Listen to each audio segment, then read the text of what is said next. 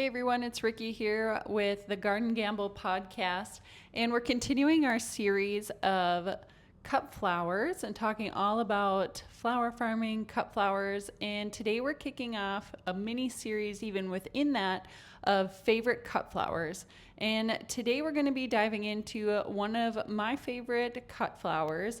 We're going to do a mini series of 3 different ones throughout the next 3 weeks of varieties that I love, why I love them, and we're really deep diving into those varieties.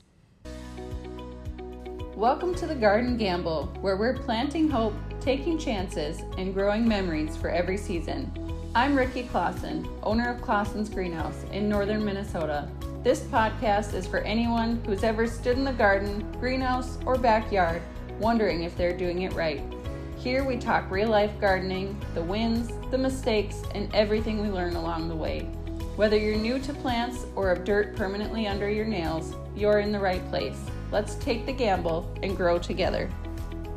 So we just wrapped up our spring season here at the greenhouse. We've now moved on to our summer hours, which is the first time that we've done that. We usually just close the greenhouse and have just a hard close, and then we're not open again until the spring. But now that we are growing memories for every season, that's our new logo anyway. And we're doing more year-round activities like the flower farm and the pumpkin patch and the Christmas village and landscaping. We are working on some more hours throughout the entire season. And so now we're open Tuesday, Wednesday, Thursdays from 9 to 4 throughout the summer, where you can come and shop for succulents, houseplants, perennials, gifts, all sorts of things. We're pretty much always here at the greenhouse anyway, so we figured why not be open.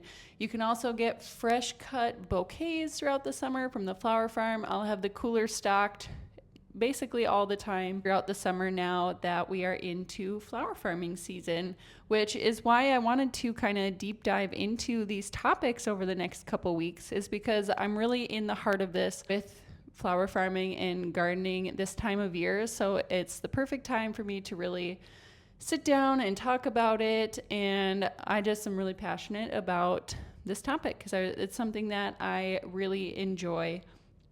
So we are starting this mini series within our cut flower series. So far we've talked about how to make a great bouquet and backyard cutting gardens. And today we're talking about my favorite cut flower, and that is the Snapdragon. That's what we're talking about today.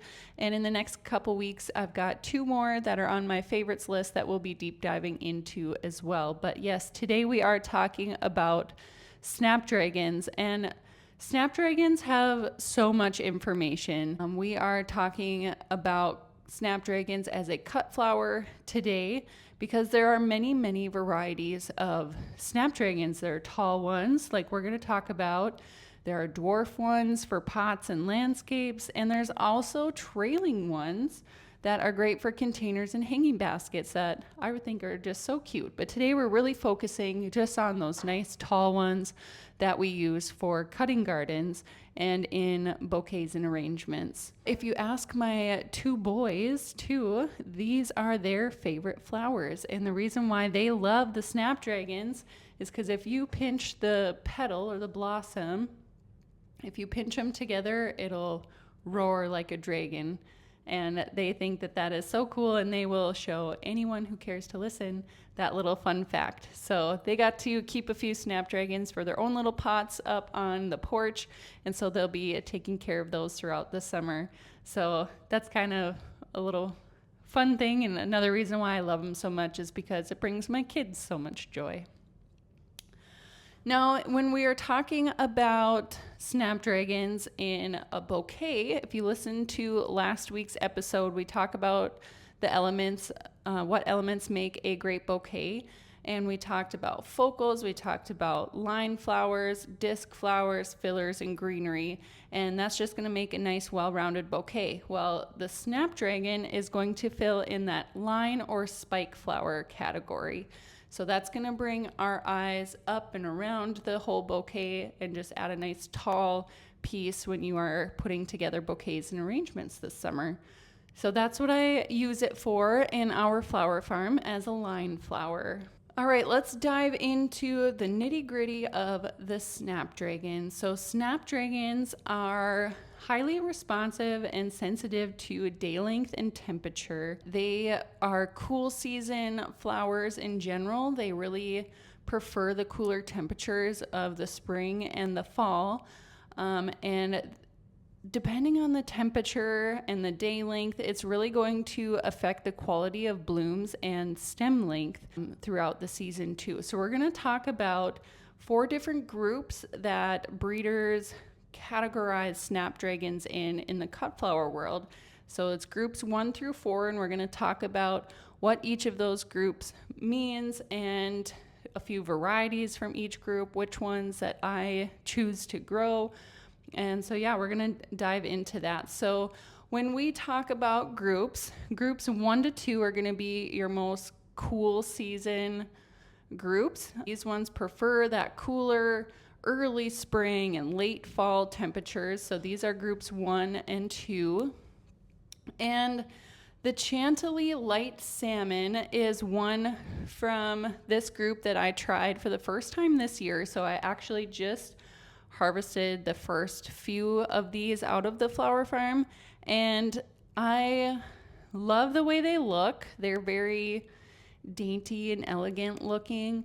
However, I was a little bit later planting the flower farm this season, and we've had some weather that's just been all over the place. It's been hot, and then it's been cold, and then it's been windy. And these light salmon ones, as much as I love them, I don't know if I'm going to grow them again. I'll kind of see how they do into the fall, but right now they're pretty short and very skinny stems. I was able to use them in a wedding over this past weekend and put them into one of like the arch arrangements that we did. So it worked out in that sense because it didn't matter the stem length, but using them in like our subscription bouquets throughout the summer, they're very short. So I don't know. We'll see how this one goes, but this was one of the gambles that I took in our cut flower garden this year, was trying this group 1 and 2 just to kind of see how it goes. So I'll have to come back around this fall and kind of let you know how that one ended up doing throughout the rest of the season. But right now I'm pretty on the fence and kind of leaning on the side of not growing it next year, but we'll see. So that was group 1 and 2, the cool season groupings. So now we move on to like groups 2 and 3. This is just moving up a little bit into more heat tolerant groupings. This one's going to be like moderate to warm season. And I grow the early sunrise mix that falls into this category. This is just like oranges and pinks, and when you see a sunrise, the colors of the sunrise, that's what colors are in this one. And I like doing the mix. Not every grower likes mixes because you don't always know exactly what you're going to get. But this is going to be, in the last couple years, this was my first grouping of Snapdragons to bloom, because it is a group 2 and 3 falls into there. So it's still pretty early blooming in the spring. But I do like this one, and it has a really nice flush again in the fall, which I appreciate. So a lot of these group 1 and group 2 Snapdragons will give you a spring flush when the temps are cool, take a break throughout the midsummer, and then give you a nice flush again in the fall. So I like those ones because it kind of gives you an early and late season option. And that early sunrise mix with like the oranges and pinks, it's really bright and cheery for spring bouquets, and then the oranges and pinks look great in fall arrangements too, because we always think of oranges in the fall. Then we move on to groups like 3 and 4. This is going to be like your warm season and the most heat tolerant varieties for Snapdragons. And out of this grouping, I like to grow the Potomac series, and there's a ton of different colors of the Potomac series. I do a mix. I do the apple blossoms. I do orange. There's a whole bunch of different colors, and I do quite a few of these, and I seed these ones in different successions. So I've got some blooming throughout that midsummer, basically throughout the entire year. So I do different groupings of those about every 1 to 2 weeks apart. So I've got Snapdragons basically all of the time, but these ones fall into groups 3 and 4. So when you are purchasing seeds online, like in the winter, and you're trying to start some of these yourself, these are the ones that I go for. And make sure, if cut flowers and cutting gardens is your goal with Snapdragons, really watch for those groupings and refer back to this podcast. JohnnySeeds.com has lots of awesome information about these groupings and kind of goes into more details. But make sure that you buy from a credible source and really look for those different groupings, because not every website is going to have that on there. So if that's your goal for cut flowers, make sure you look for that when ordering. So now that you know a little bit more about the different groupings and what they mean, let's talk a little bit more about the production side of it. So with branching, and we want multi-stem, that's what I want personally out of my Snapdragons. I want multiple stems from each plant throughout the entire year. So I want them to be branching. And so for a bushier plant that produces more than one flower, you're going to want to pinch them when they're young. And typically we pinch them when they have 2 or 3 true leaves. So after those seedlings pop up, they're typically going to be about, 4 to 6 inches tall, roughly, right around there. But about 2 to 3 sets of true leaves is when we pinch. It will delay your bloom time just a little bit, but that is okay with me because I want more branching. So you want to pinch them just right above where that leaf splits, like right above the growth point there. So that's the first thing that we do, is pinch them while they're still growing here in the greenhouse. And Snapdragons are a great crop to grow in a high tunnel. We don't have a high tunnel dedicated for the flower farm yet. We'll see if we get to there. But right now, they're just field grown for us. Yes, I have lots of greenhouses, but for me and like the cost and whatnot and the space, I just don't have room to grow them here in the greenhouse. So maybe someday I'll get into buying a high tunnel. Right now, my Snapdragons are field grown, but they do perform really well in high tunnels. So now that you've pinched them, they're out, they're growing, I usually space them. I have 6-inch spacing. You can maybe go a little bit further apart than that, but I try to simplify as much as I can. And so I do 6-inch spacing rows, 9-inch spacing. When we do like the weed fabric, when we burn the holes, that's the spacing that we do. So we either do 6x6 or 9x9. The dahlias are the only exception to that, but everything else either goes in one of those 2 spacing options. And so I grow this Snapdragons in the 6-inch option, and I have support netting to help support them too, because Snapdragons are geotropic, which just means that they are sensitive to gravity. So they need that extra support even after you cut them, because if the stems are laid horizontally or placed at an angle, the top of that Snapdragon is going to bend in an upward direction.